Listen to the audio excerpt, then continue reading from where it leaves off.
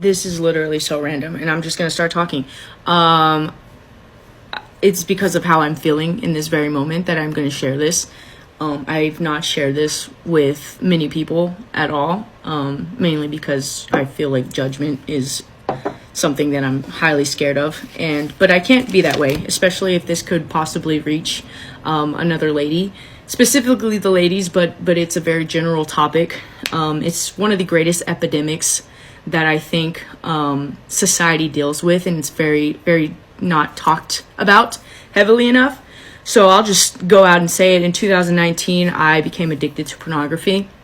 I got the spirit of masturbation as well. And yeah, I there's no other way to say that. I'm very scared to post this. Oh my goodness. I grew up without a very awesome reputation, if you will. So even now I'm thinking about the people that I grew up with, and they're gonna be like, what? No way. Oh my gosh, you were fake. You were like, you didn't, I had to take a pause there. So for about 6 years now, I have felt like I've lived a double life. Like I've put on a show of, I'm this holier than thou girl. I love Jesus, and I serve on the praise and worship team. I'm heavily devoted to my church, but in the dark I was doing things that I should not have been doing, and I just felt so fake.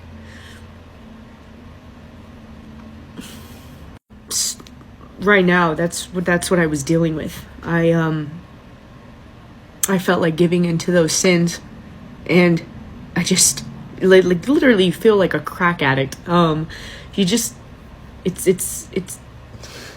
one of the most addictive things that you could possibly have in your life. To give you an example, it's as addictive as if someone was on cocaine or on heroin, or the dopamine levels that your brain gives off during these acts, during watching, during doing, it's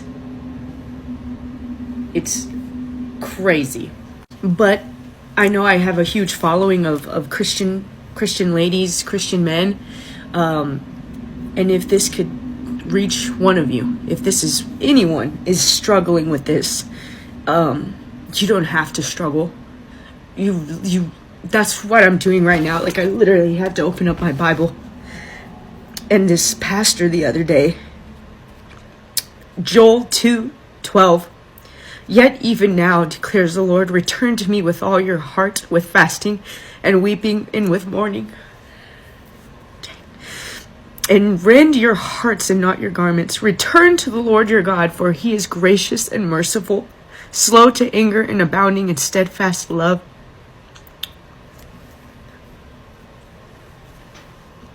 Believe me, the negative thoughts that I have had about myself, I guarantee you and I have shared the same things.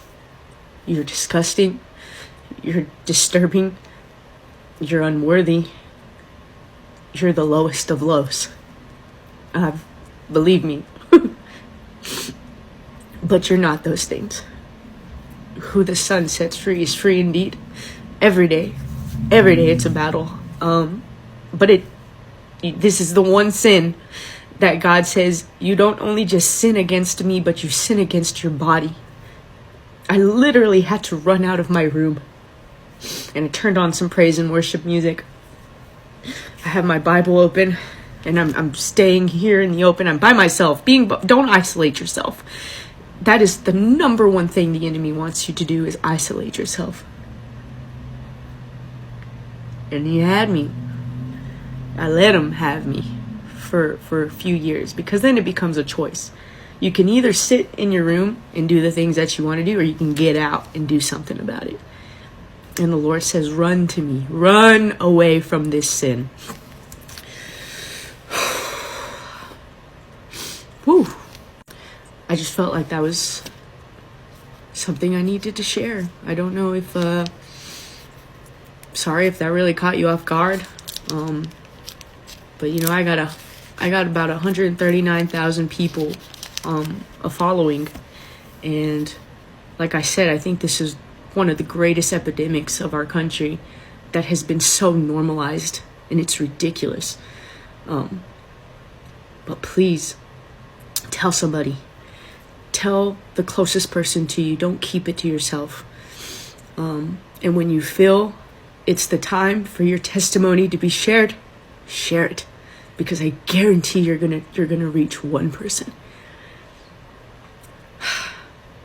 You gotta break the generational curses. It's up to you.